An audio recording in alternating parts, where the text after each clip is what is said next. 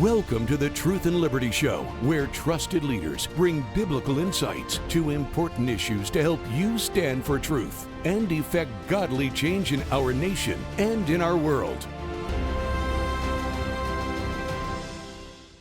Welcome to the Truth and Liberty Show. I'm Richard Harris, your host. So glad you could be joining us today. Do you know in the Bible, in Matthew chapter 28, Jesus commanded us to make disciples of all nations?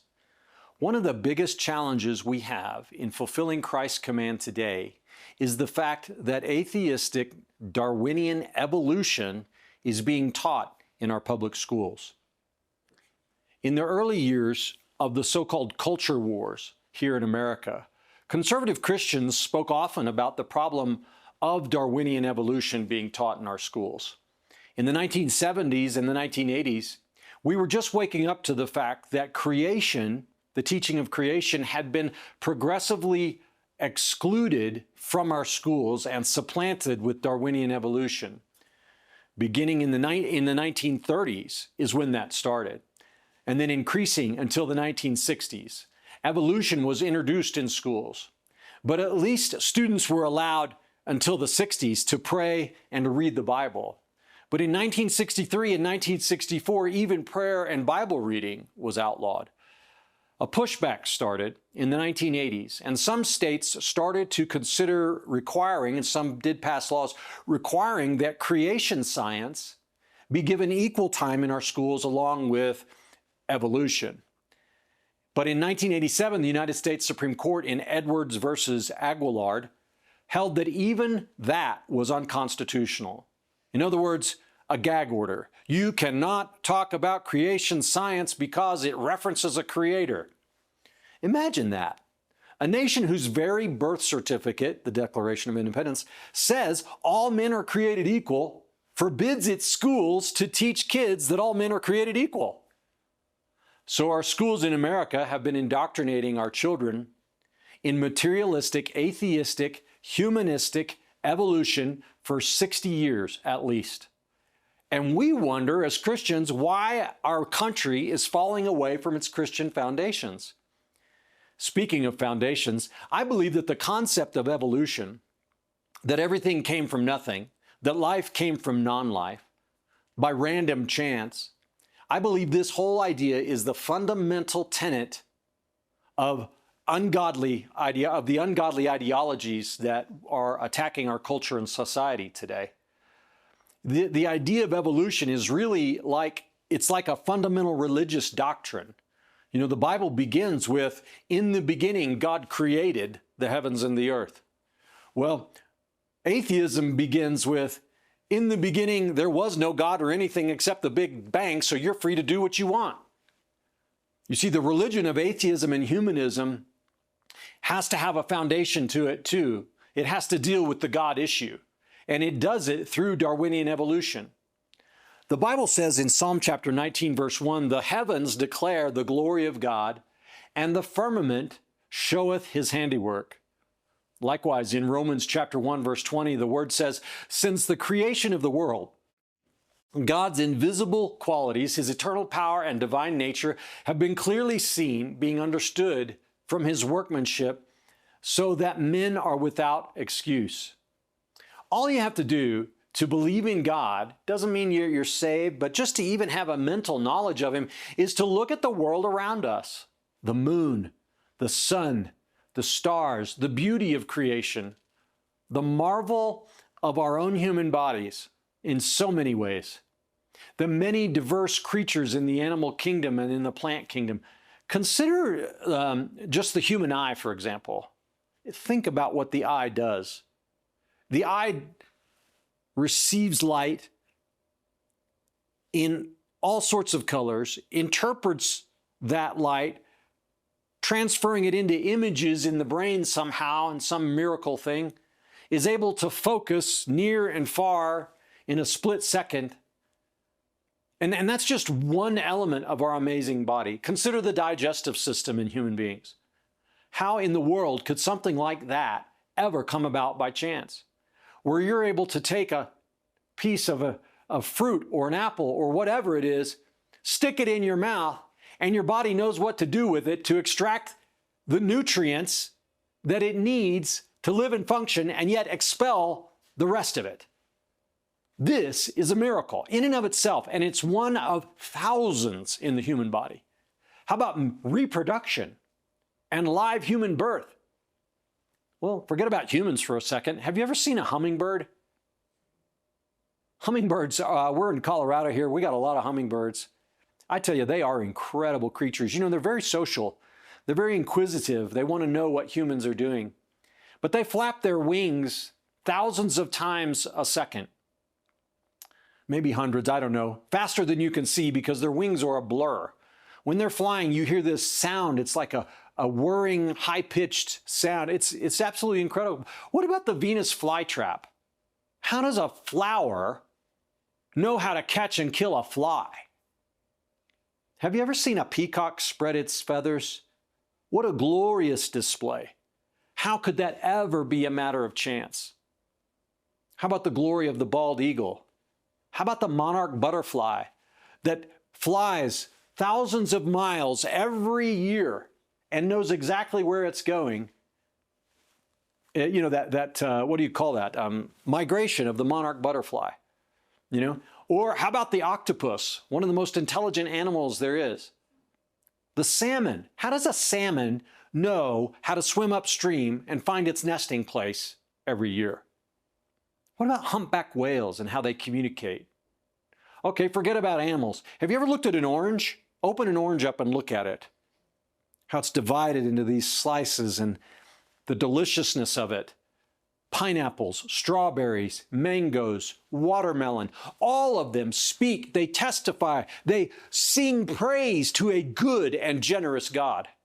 And on we could go. The great scientists of the past were Christian. They testified how their study of the natural world pointed to an intelligent designer. Isaac Newton, the father of physics, really, right? Who developed the laws of physics and so forth, you know, gravity and all of that.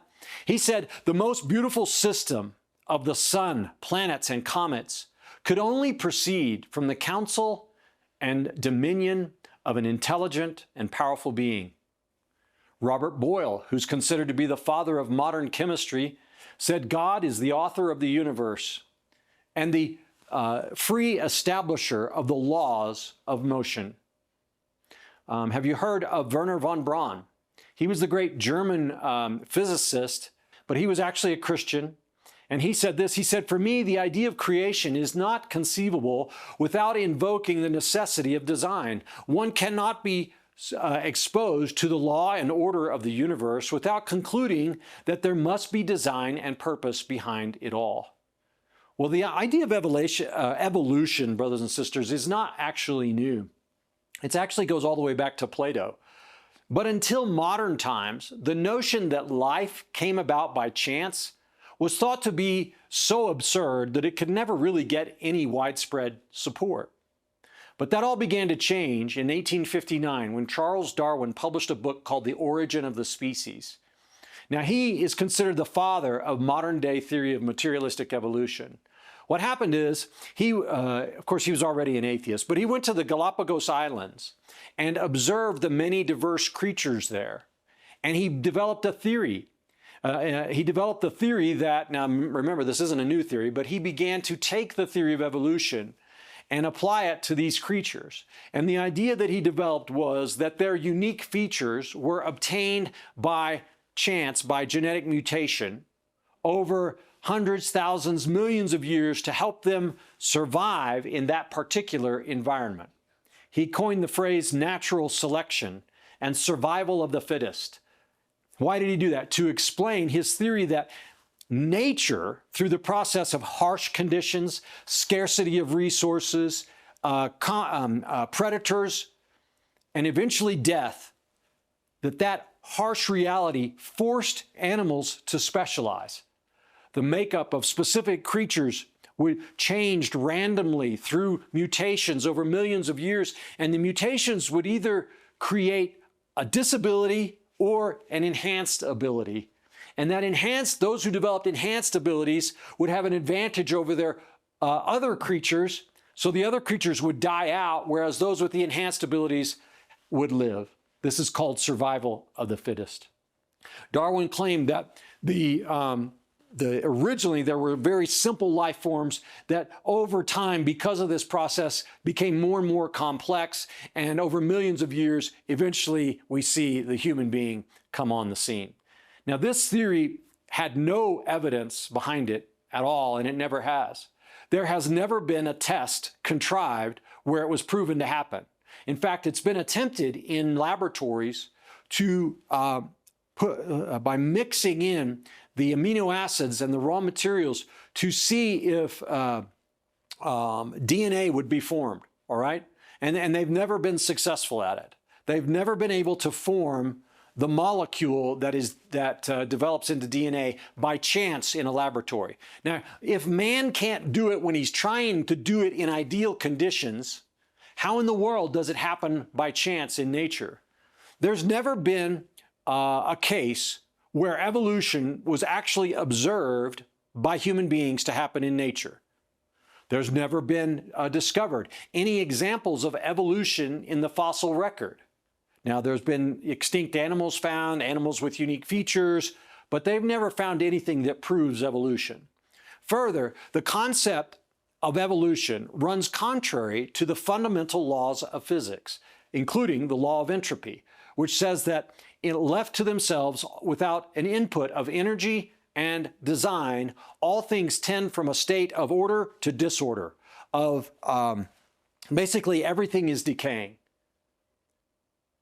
This theory, but the thing is, guys, the theory of evolution didn't need proof. It didn't need proof because the spirit of Antichrist working in men gave us the desire to believe it. People want to believe it because it means there's no God. And if there's no God, there's no accountability.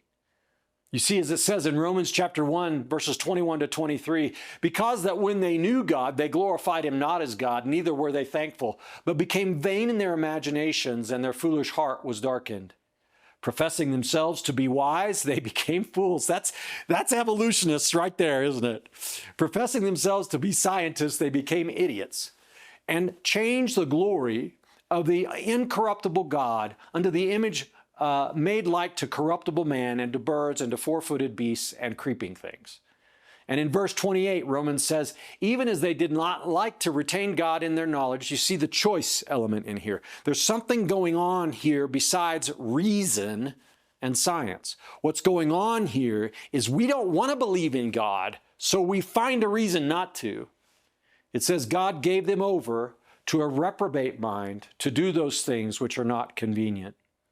Ephesians chapter 2, verse 2 says that the prince of the power of the air, the spirit, is the spirit that now works in the children of disobedience. You see, there's a spiritual dimension to this whole evolution thing.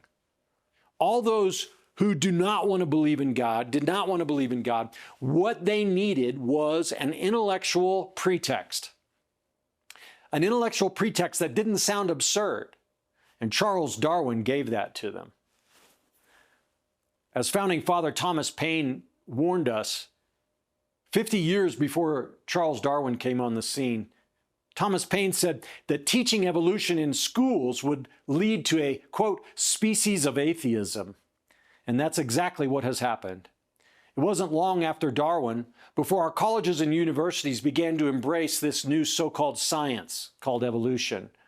And then it began to spread to all of our schools, and from there into arts, into media, into entertainment, and all of the seven mountains. And not long after Darwin, the concept of secular humanism arose. This false God-denying religion, if you will, relies on the new science of evolution. Secular humanism says there is no God. It says religion is a weak man's crutch, and that all public society must be secular. We have to drive God out of public life. That's secular humanism. From this foundation, all sorts of evil and deadly ideologies and beliefs have sprung up. Evolution is the fundamental belief that enabled people in the last 125 years to believe that abortion is good and that you have a fundamental right to kill your own baby. To believe that homosexuality and transgenderism are good and valid, and that God didn't make us male and female. Don't believe your lying eyes. No, gender is subjective. You can be whatever gender you want to be. Environmentalists believe the natural realm is where we came from. It's our mother. Have you ever heard the phrase Mother Nature? It's our mother and our God. It is worthy of worship. That's why they say it has to be preserved at all costs. It has to be preserved, nature does, in its pristine state, notice, right? Anything that pollutes, removes, diminishes, takes away, shrinks nature is inherently evil, the environmentalists believe. You see, they believe we, human beings, we're of no more value than any other aspect of nature, from animals and trees and flowers and everything else. This all is predicated on the rejection of God, and the rejection of God is predicated upon the doctrine, the lying doctrine of evolution. And this idea is so fundamental to leftist dogma in our country that it has become sacrosanct. It is now a religion. It is sacred dogma, beyond the reach of reason. You can no longer allow any rational inference that God exists or that God created the world in our public institutions or in our colleges or universities. It has to be 100% secular. The Bible, our schools of science today will not allow students to challenge the theory of evolution. You are not allowed to speak up on creation science. Professors are rejected and fired and terminated. Their works are not published. If you believe in creation science as a scientist, you have to go elsewhere. You have to do your own thing. The Bible says in Psalms 11, verse 3, if the foundations be destroyed, what can the righteous do? Well, I want to turn that around today. I think we need to attack the devil's foundations. I think it's time that we destroyed the foundational teaching of evolution. We need to go after it in our pulpits. We need to go after it in our broadcast programs, in our blogs, in our articles. We need parents to fight against it in their homes and at school board meetings. We need Christian doctors, Christian scientists, Christian lawyers to fight against it in medical schools, in research labs, in publishing houses, in courts, and in Congress.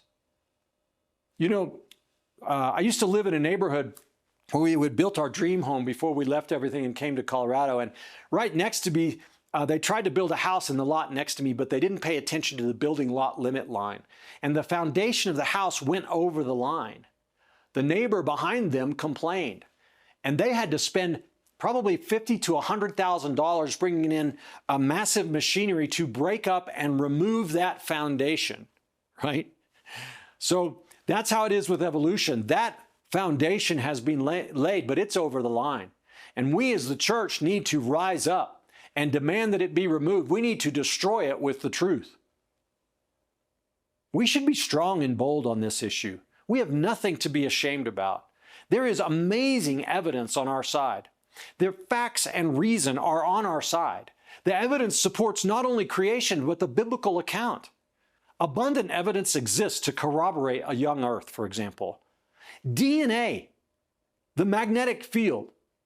How about curving rock formations, curving rock strata, the amount of silt in the sea, and many, many other facts. Here to discuss all of this with us today is a new guest to Truth and Liberty, David Rives. David is a weekly news columnist on science and the Bible. He's the author of 2 books, Wonders Without Number and 21 Verses Backed by Science.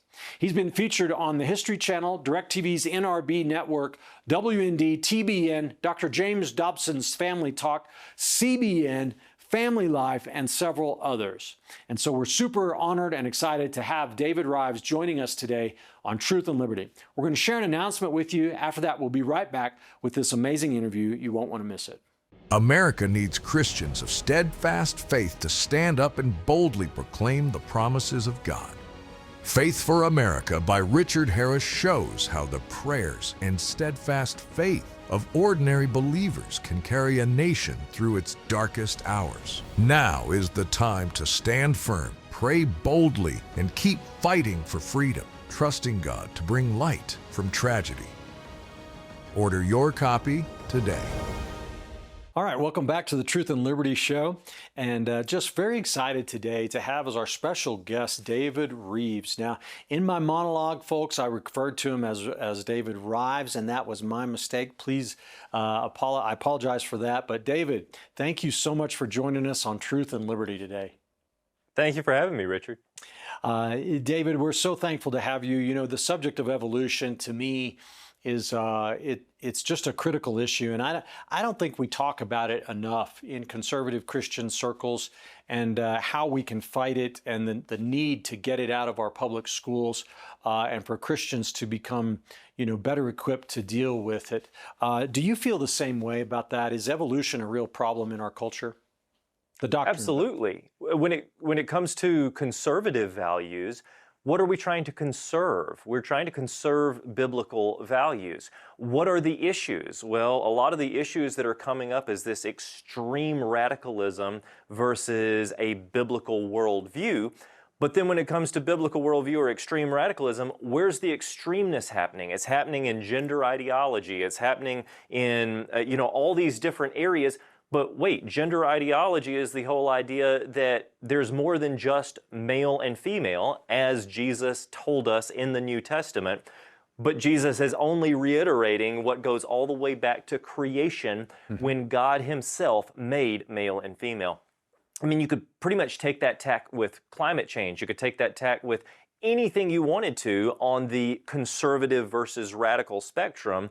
And it all comes down to what was stated in the Bible, and can we trust it at face value? That's right. How did God make us, and what's His plan for us? And that's what evolution does. It destroys all of that, doesn't it? Yeah, it destroys our self-worth, because if you think about it, for the last couple of generations at least, these children and now young adults they've grown up learning, hey, I'm an accident of the cosmos. I'm star stuff. I'm the result of a chaotic something happen chance that basically caused mutations in time to turn me from fish to bird to ape to man. Therefore, I'm an animal. Well, when you start telling people and teaching them, and they begin believing that they're animals, that they're nothing more than a highly evolved ape-like creature, well, then we shouldn't be surprised when we see a lot of things going on in our culture, in our society today, of people taking animalistic behaviors and just replicating that. When you start teaching people that they have a chance origin as opposed to created with purpose, created in the image of God, as stated in the Bible, well, then all of a sudden you start to see suicide rates go up, teen suicide on the rise, veteran suicide at 22 veteran suicides every single day. All of these things because people see absolutely no value in their life. It all comes back to creation.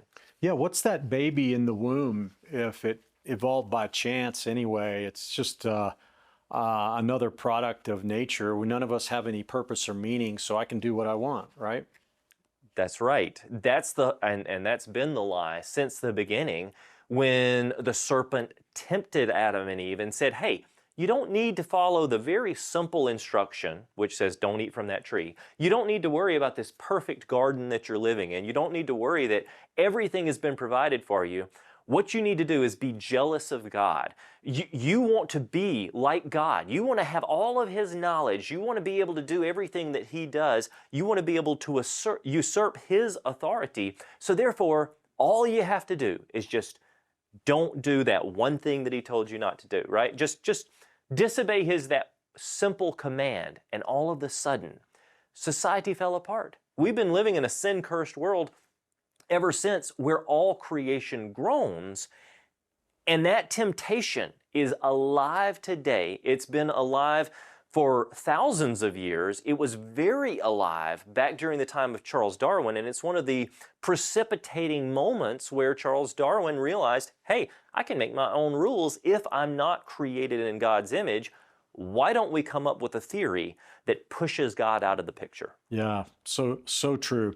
Well, David, let's take a minute. I want to go into a lot more depth with you today, but I want to take just a few minutes to talk a little bit about your ministry and what you do. So you lead David Rives Ministry, but you've also, you're on television, and you've got a lot of other things going. Tell us what you do. Yep. When I was 8 years old, I started collecting fossils in my backyard. Never knew that it would turn into the Wonder Center and Science Museum one day. When I was 16 years old, I began taking photos with telescopes, astrophotography. As a hobby, it was just something fun that I could do at nighttime and connect cameras to the back of telescopes. It led to this ministry, David Rives Ministries, but even then, I couldn't have imagined where it would take me because yes, we've got a lot of different aspects. A television program called the Genesis Science Report, podcasts.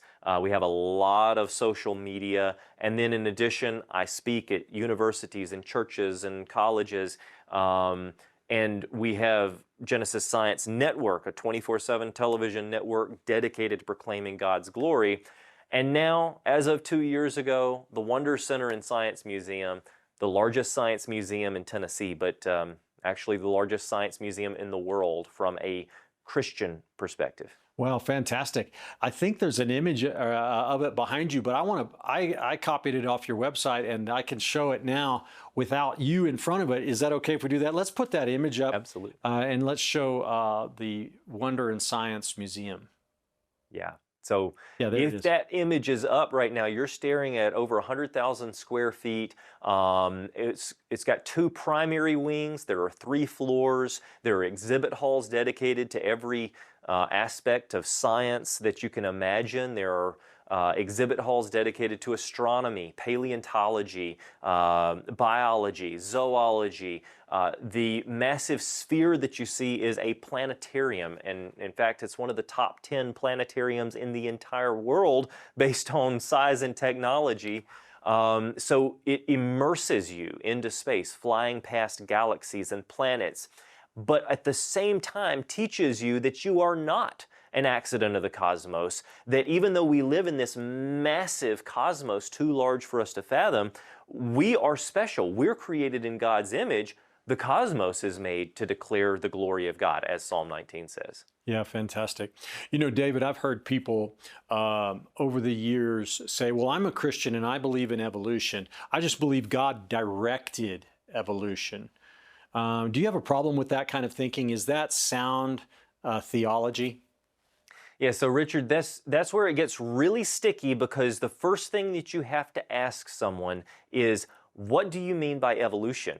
And this is where most of the time, not just laymen, even scientists will fall apart. PhDs will fall apart when you ask them that one simple question.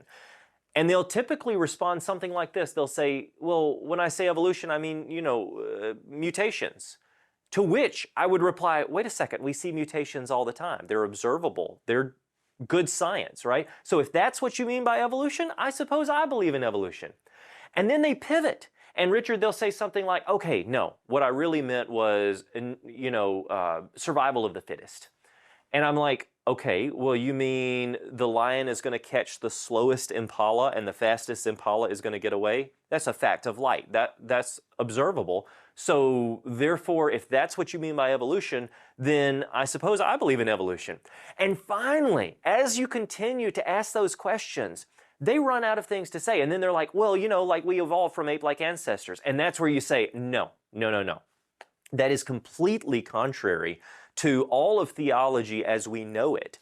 Because if we evolved from ape-like ancestors, the Bible tells us in the book of Genesis, we're given a dominion mandate that we should have dominion over the things around us on this earth.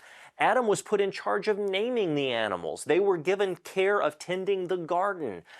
That doesn't mean that we abuse what God's given us. Dominion doesn't mean that we're going to use it to abuse it, but we're going to use it to our advantage. So therefore, for us to be considered just another animal means that, well, I guess we have control over ourselves. We have dominion over ourselves. No, that's bad theology. We are created in God's image, fearfully and wonderfully made, very distinctly different from animals. And therefore, the idea of Darwinian evolution, or actually how I like to put it, universal common descent, because that's technically the right term. Everything in the universe commonly descended from a single organism, which then evolved from there. That is absolute pseudoscience. It has no business being taught in our schools, in our universities, in our kindergarten books. It's poisoning the minds of our youth because they're being told that they have no purpose in life. Yeah. Well, the Bible teaches over and over again that Jesus died in our place on the cross, David, that he took our place so that we wouldn't have to die. Romans chapter 5 says he did that because sin entered the world and through sin, death. So if I'm understanding the Bible correctly, this means that death came from sin after mankind and all of the world was created. But doesn't evolution teach that death was present from the beginning and not a consequence of sin, but just part of what, if you're a Christian, I suppose you'd say God used death to create? These things seem incompatible to me. Yeah, Richard, it's a good point. If sin really is the transgression of the law, all have sinned, by sin entered death into the world. Those are biblical principles, and then Jesus came to pay the penalty, the death penalty of our sins, so that we wouldn't have to eternally die, right? But that whole point of Jesus coming to pay the death penalty means that death came about as a result of sin. So, we know when the first sin took place. It was Adam and Eve, two real individuals living in the garden, and that means that that would be the entrance of death into the world. Right. If you say, well, you've got Adam and Eve right here, but long before that, eons before that, you have death, disease, destruction. The fossil record is replete with billions, actually trillions and trillions of fossils and microfossils that show that things have lived and died. So if you try to put those things before sin, before the existence of Adam and Eve, billions of years ago, then all of a sudden you're taking this first step of compromise in our very foundational truths written in the Bible. Yeah, that's absolutely right. Well, and didn't Jesus himself refer, I think you alluded to this earlier, didn't he quote Genesis, the creation account, at least Genesis chapter 2, and didn't he also refer to Noah and the flood as literal events, taking the Bible at face value on what it says? In theology, in the study of the book of Genesis, some Bible scholars, and this is mainly an idea from about 150 years ago, but some Bible scholars have attempted to put a gap in between Genesis 1:1 and Genesis 1:2. So Genesis 1:1 in the Hebrew says, Bereshith bara Elohim et hashamayim ve'et haaretz. In the beginning, God created the heaven and the earth. Simple phrase, right? Genesis 1:2 says the earth was without form and void, okay? So some Bible scholars have suggested, well, what if we just insert massive amounts of time in between the beginning, Genesis 1:1, and when the first life appeared on the earth? Could that work? But as you mentioned, Richard, Jesus himself in the book of Matthew says, have ye not read that from the beginning God made them male and female? Well, ask any theologian, when is the beginning? They're going to say Genesis 1:1. So Jesus couples the beginning of time with the origin of male and female, man and woman, Adam and Eve. They can't be separated. Genesis 1:1 and 1:2 are a continuation. Genesis 1:2 is just explaining that the earth had no habitation until God inhabited it. We even find, and it's really interesting, if you go to the book of Isaiah, Isaiah 45, I believe, it says, thus saith the Lord, God himself who formed the earth and made it, he hath established it, he created it not in vain, and he formed it to be inhabited. But the words not in vain and formed to be inhabited, you're actually going to find the exact same Hebrew words there as found in Genesis 1:2, which means that the whole point of it is to say that God created an empty, uninhabited globe, and then he spends the next 6 days inhabiting it, filling it so that he can have a relationship with us, so that he can express his creativity through the animals and the plants and everything else that's alive. But that only makes sense. If you trust the words of Jesus at face value, it only makes sense in a literal creation perspective, not with eons of time. Yeah, Jesus said from the beginning, God made them male and female, and for this cause shall a man leave his father and mother and cleave unto his wife. Therefore, the two shall become one flesh. What God has put together, let not man separate. So if we say, no, that's not what happened. No, men and women evolved in some way, and at some indistinct point in history, suddenly human beings existed. Are you making Jesus a liar? How can we trust anything Jesus said? So is it, we can't just, my point, I guess, what I'm asking you, David, is if we try to make Genesis 1 symbolic, do we destroy the credibility of the entire Bible? Yeah, even Jesus said that. I don't need to speak for it. Jesus said it himself. He said, if ye believe not the writings of Moses, why should you believe my words? Moses was writing about me. We have to believe in the Pentateuch, in the writings of Moses, including the creation account. Jesus said so. He said it's absolutely essential to understanding the very character of Jesus himself. But you know what? This is happening in society today where we're like, oh, well, maybe he could have used evolution, and people have evolved over time. All of a sudden, here's one area where racism can creep in. Because if evolution has taken place and humans have evolved from ape-like ancestors over the past 300,000 years, well, what does that mean? It means some humans are closer, probably closer in the linear chain to apes, and some humans are more highly evolved. That's the very same lies used by the Nazi regime, used by Hitler. That's the very same lies that are being pushed today to talk about this racism that is blanketing the country. Well, wait a second. If we were to understand that we're all on a level playing field, that we're all one blood created in the image of God, then racism is done away with. Can people still treat other people cruelly? Absolutely. But the premise for racism would be absolutely abolished if only we stood on biblical principles. Oh, that's excellent. Well, let's talk about creation evidence a little bit. What do you think some of the strongest points are in science today that prove that we were created, not evolved? I think that some of the most important, most substantial claims that are coming out today within genetics are probably some of the most profound when it comes to the idea of creation. Because we realize, and I wrote about this in my second book, we realize that you've got a genetic code inside each and every person, right? Everybody watching this right now has a unique DNA sequence, their own blueprint for life, their own book that was written. That book was fashioned at the time of conception, right? Not from birth, from conception. They had their own book written. Now, if you were to ask geneticists, they would tell you, well, there are trillions upon trillions of combinations that make up human DNA.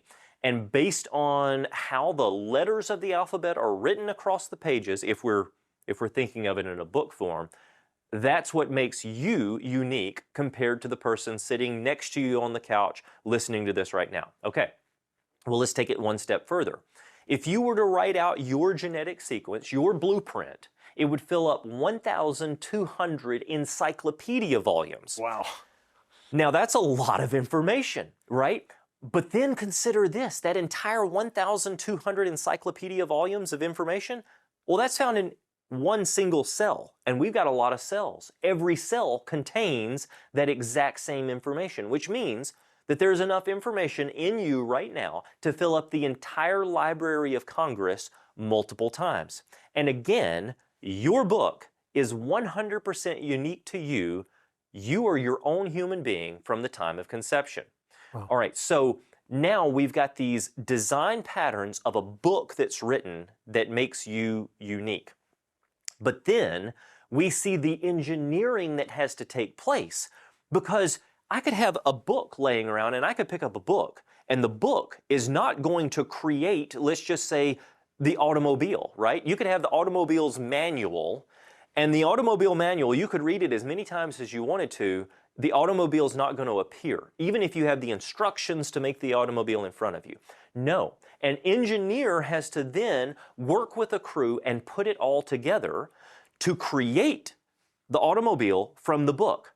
Except with humans, we've got a book inside each and every one of us that self-replicates. It creates life as it goes. Now that takes an engineer of a masterful level to make something that can actually recreate itself every few seconds when it comes to cellular formation.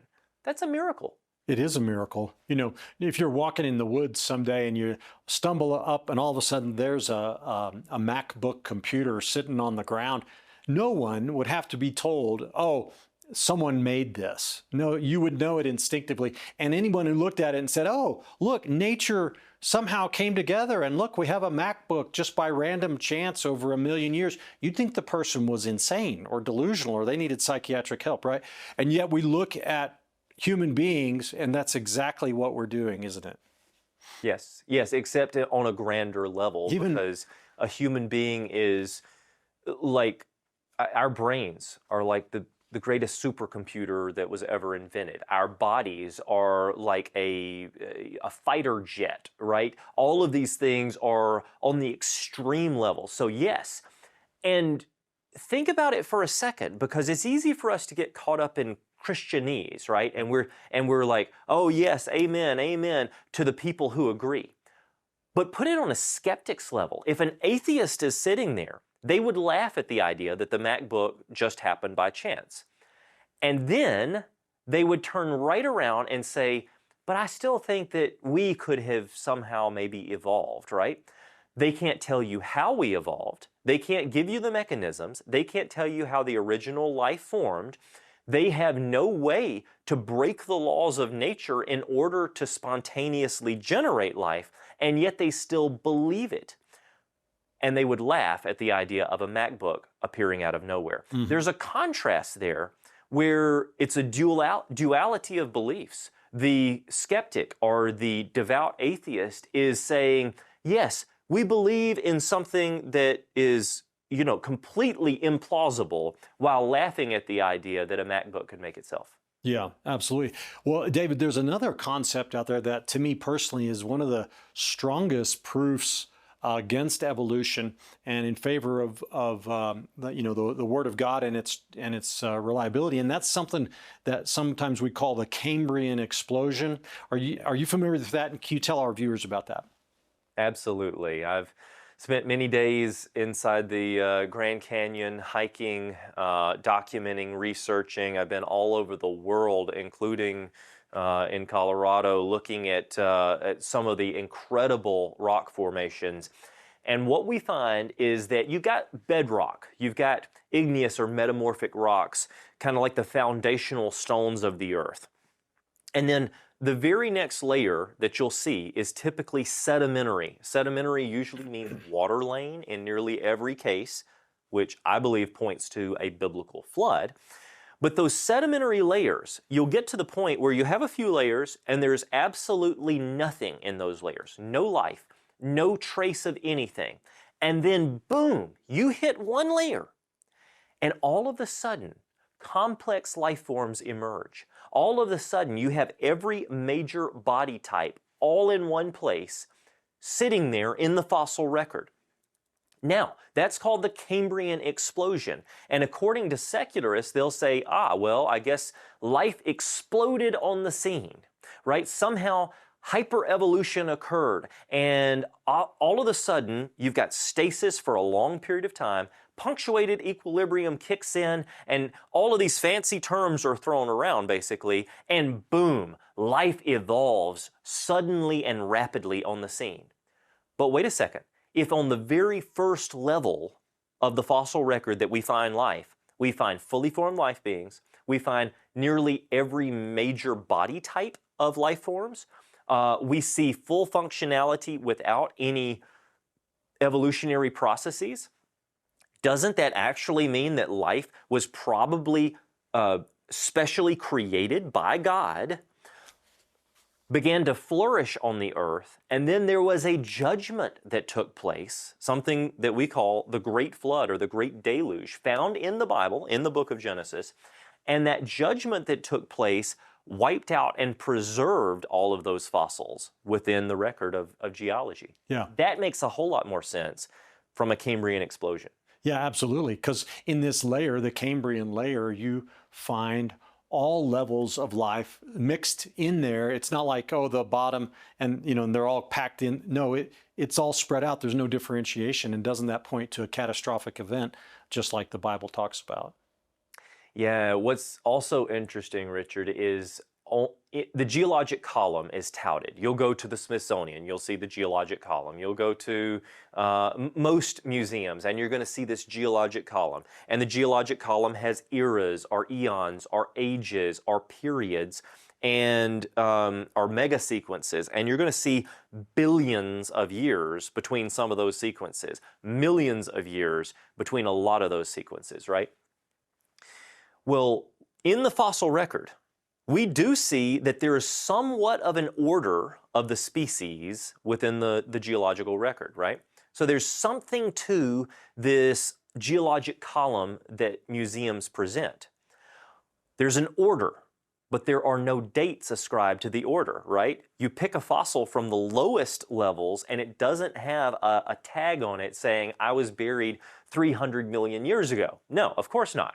What we do notice is that order starts at the very lowest layers with marine creatures, trilobites, nautiloids, all sorts of things like that, right? As you move up in the geological column, those middle layers tend to have dinosaurs and amphibians and swamp-dwelling creatures. As you move up in the fossil record, you do tend to find more of a prevalence of mammals and larger land animals and birds and things like that. Wait a second.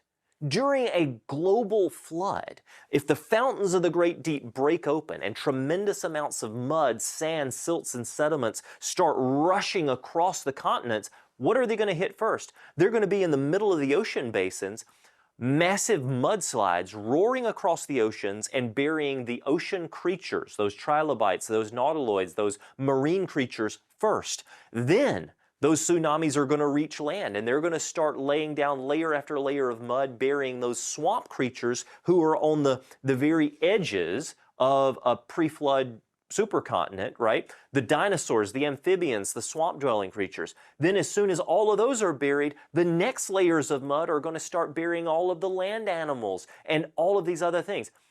But throughout it all, you still find all of these marine or water-based fossils.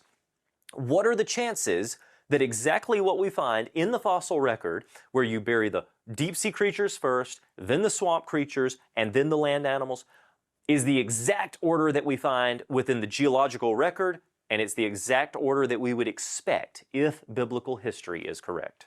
Well, people may say back to you, David, well, yeah, but what about millions of light years? How is it possible for Genesis, the account of God creating the world in 6 days, to be true if the stars that we see took millions of years for the light even to arrive at Earth? Yeah. If you think, okay, I've taken photos with my telescopes at the Wonder Center with big observatory class telescopes that we have here. I've taken photos of supernovae, of exploding stars. Wow. And those supernovae, those exploding stars are, usually more than 6,000 light years away. So the argument becomes, well, I guess it took more than 6,000 years for the light to get there.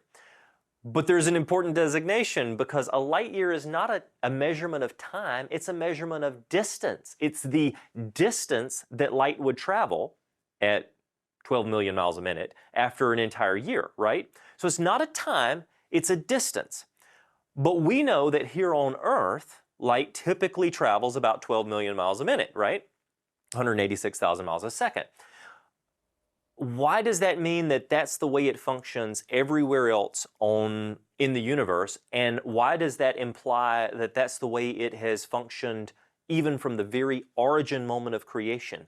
When there are 16 verses scattered throughout the scriptures, and I go through a lot of those verses in one of my books, where I show that those verses all imply a stretching of the heavens. He stretcheth out the heavens like a curtain, like a scroll, like a tent. It implies this elasticity, which means if Albert Einstein is correct in his theories of general relativity, then gravity affects time. Then Yes, it does. time is almost like a fabric that can be stretched, and it's pliable. So if God stretches the fabric of the universe, then that changes the amount of time that it takes for light to get from point A to point B. We could go, if we had 30 minutes, I would go into 3 physics principles that actually make it very biblically doable for light to reach us in only 6,000 years. But let me just summarize and say it's very doable. Do you know what's not doable? The skeptic, the atheistic astronomer, believes in something called inflation. If you ask him to explain inflation, he'll say, well, David, in the first few picoseconds after the Big Bang, 14 billion years ago, all the matter in the universe was stretching faster than the speed of light, and then it magically slowed down to its current expansion rate. They have no mechanism for expansion to speed up. They have no mechanism for it to slow down to its current rate. It's all magic. But we actually have a biblical principle that says that about 6,000 years ago, if you start backing up the biblical chronologies, God created a universe. He put everything on the fabric of space-time, and He stretches it out. Wow, that's fascinating. Where can people go to learn more about that specific subject of the speed of light and why it doesn't support evolution in an old Earth? Yeah, absolutely. I think I'm trying to remember the URL. I believe it is davidrives.com, David, RIVES.com /speed of light. And I'm pretty sure, I'll have to double check, but I've done several videos with colleagues, Dr.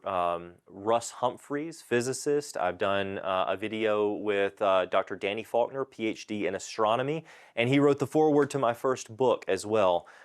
So there's an abundance of information out there on our website and in our books and videos that sort of go more in detail in this topic. Yeah, that's great. Well, speaking of your books, you've alluded to one of them, I think, today, but I got a copy of it here. It's called 21 Verses Backed by Science, and this is your newest one, right?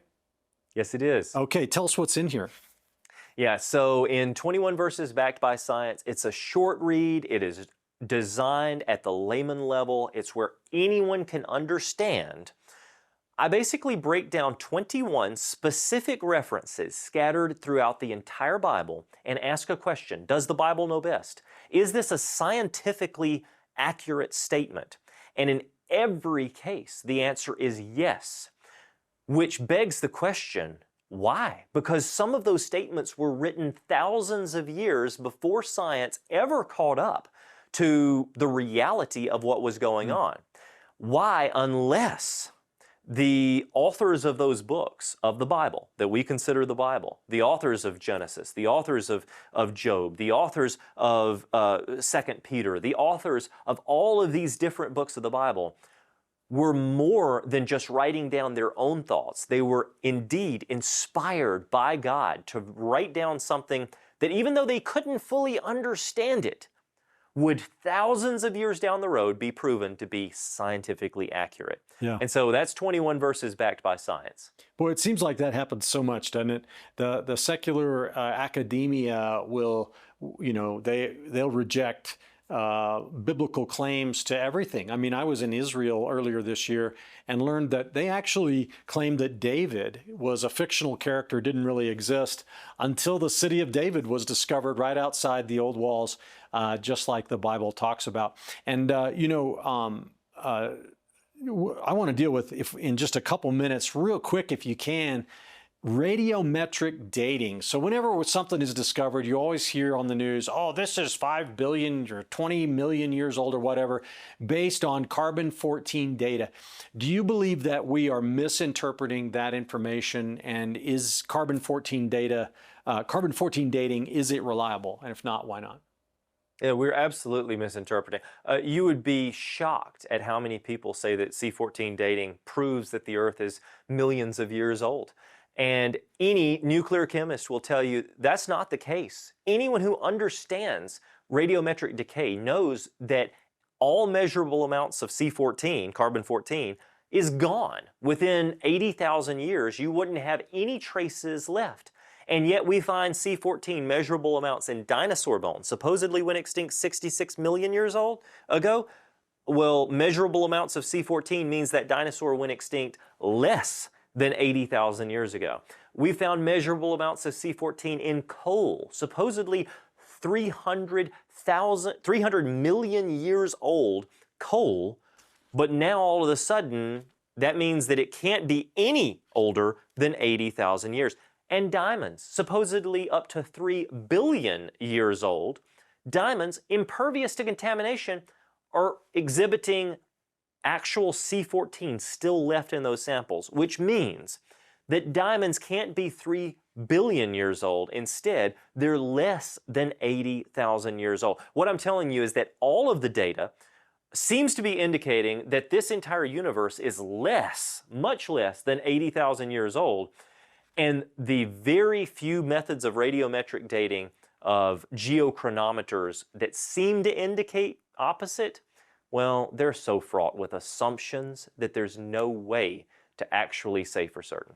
And with 2 minutes left in the show, David, are there other ways to date rocks, fossils, and all these other sorts of things that are reliable? Yes. Oh, there are over 100 geochronometers, ways that we can take rocks, fossils, or other things on Earth and date them, time them, geochronometers. And the fact is that out of over 100 different ways to date things, there is only about 1% at this point that seems to indicate some type of ancient Earth.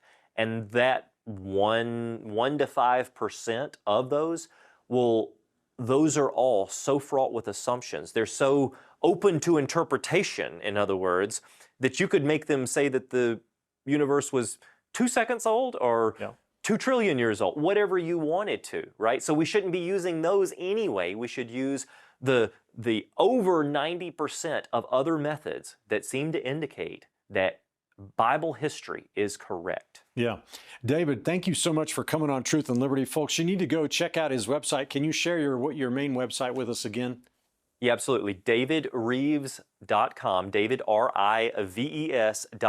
Sign up for our email updates for free. We send you free videos on science and the Bible. And then visit wonderscenter.org, wonderscenter.org, and plan your trip to the Wonder Center and Science Museum. Kids' hands-on activities, one of the top 10 planetariums, exhibits. There's something for everyone. Excellent. Well, guys, there you go. David Rives, we just barely began to scratch the surface of all this. Check out his show, visit his museum, go to his website and get a copy of his latest book, 21 Verses, and be sure to join us next time here on Truth and Liberty.